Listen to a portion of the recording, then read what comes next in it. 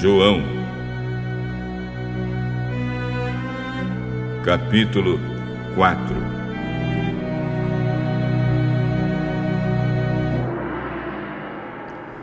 Os fariseus ouviram dizer que Jesus estava ganhando mais discípulos e batizava mais pessoas do que João. De fato, não era Jesus quem batizava, e sim os seus discípulos.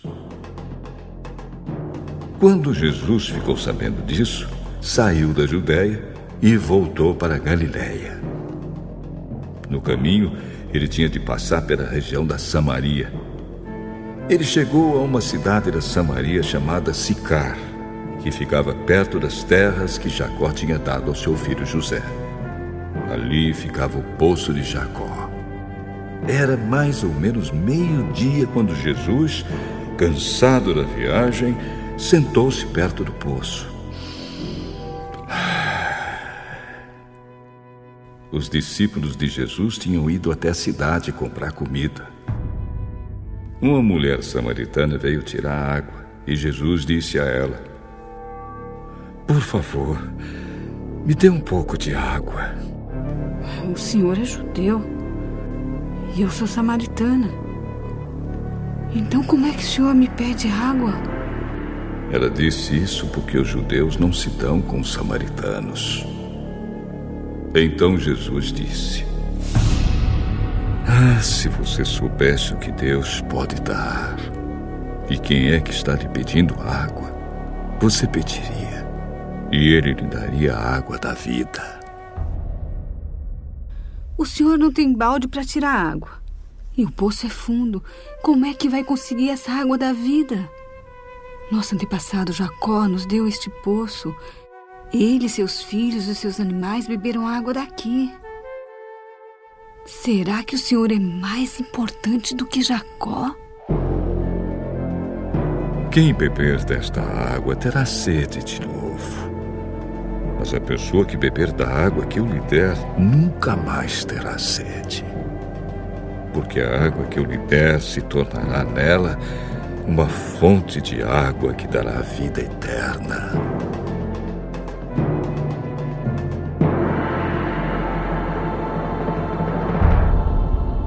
Por favor, me dê dessa água. Assim eu nunca mais terei sede e não precisarei mais vir aqui buscar água. Vá chamar o seu marido e volte aqui. Eu não tenho marido. Você está certa ao dizer que não tem marido, pois já teve 5. E este que você tem agora não é, de fato, seu marido.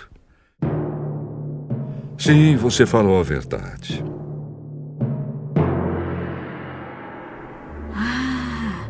Agora eu sei que o senhor é um profeta. Os nossos antepassados adoravam a Deus neste monte. Mas vocês, judeus, dizem que Jerusalém é o lugar onde devemos adorá-lo. Mulher, creia no que eu digo. Chegará o tempo em que ninguém vai adorar a Deus, nem neste monte, nem em Jerusalém. Vocês, samaritanos, não sabem o que adoram. Mas nós sabemos o que adoramos, porque a salvação vem dos judeus. Mas virá o tempo, e de fato já chegou, em que os verdadeiros adoradores vão adorar o Pai em espírito e em verdade. Pois são esses que o Pai quer que o adorem. Deus é espírito. E por isso os que o adoram devem adorá-lo em espírito e em verdade. Eu sei que o Messias, chamado Cristo, tem de vir. E quando ele vier, vai explicar tudo para nós. Pois eu que estou falando com você sou o Messias. Naquele momento chegaram os seus discípulos e ficaram admirados, pois ele estava conversando com uma mulher. Mas nenhum deles perguntou à mulher o que ela queria. E também não perguntaram a Jesus por que motivo ele estava falando com ela. Em seguida, a mulher deixou ali o seu pote, voltou até a cidade e disse a todas as pessoas: Venham ver o homem que disse tudo o que eu tenho feito. Será que ele é o Messias? Muitas pessoas saíram da cidade e foram para o lugar onde Jesus estava. Enquanto isso, os discípulos pediam a Jesus: Mestre, coma alguma coisa? Eu tenho para comer uma comida que vocês não conhecem. Então os discípulos começaram a perguntar uns aos outros: Será que alguém trouxe comida para ele?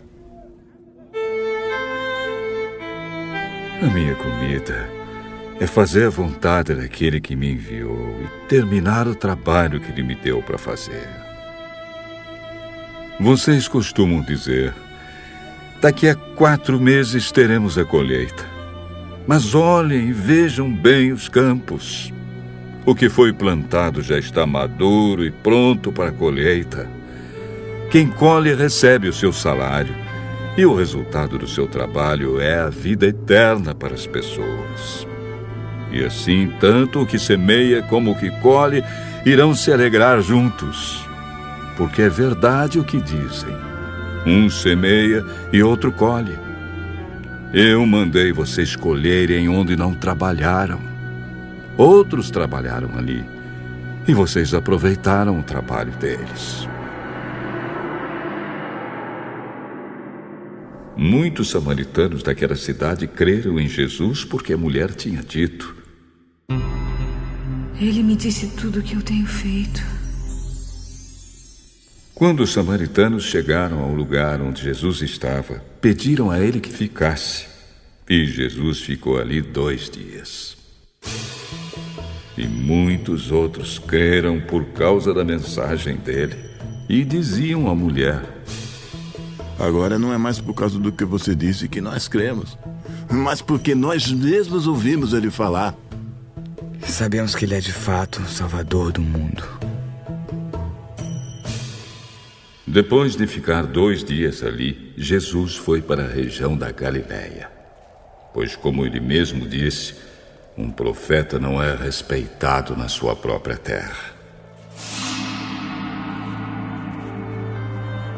Quando Jesus chegou a Galileia, os moradores ali o receberam bem, porque eles tinham ido à festa da Páscoa em Jerusalém e tinham visto tudo o que Jesus havia feito lá. Ele voltou a Caná da Galileia, onde havia transformado a água em vinho. Estava ali um alto funcionário público que morava em Cafarnaum. Ele tinha em casa um filho doente. Quando ouviu dizer que Jesus tinha vindo da Judéia para a Galileia, foi pedir a ele que fosse a Cafarnaum e curasse o seu filho que estava morrendo. Jesus disse ao funcionário: vocês acreditam só quando veem grandes milagres. Senhor, venha depressa, Senhor, antes que meu filho morra. Volte para casa, o seu filho vai viver. Ele acreditou nas palavras de Jesus e foi embora. No caminho, encontrou-se com seus empregados. Seu filho está vivo. Então ele perguntou a que horas o filho havia começado a melhorar. Ontem, à 1h da tarde, a febre passou. Aí o pai lembrou que havia sido naquela mesma hora que Jesus tinha dito: o seu filho vai viver. Então ele e toda a família acreditaram em Jesus.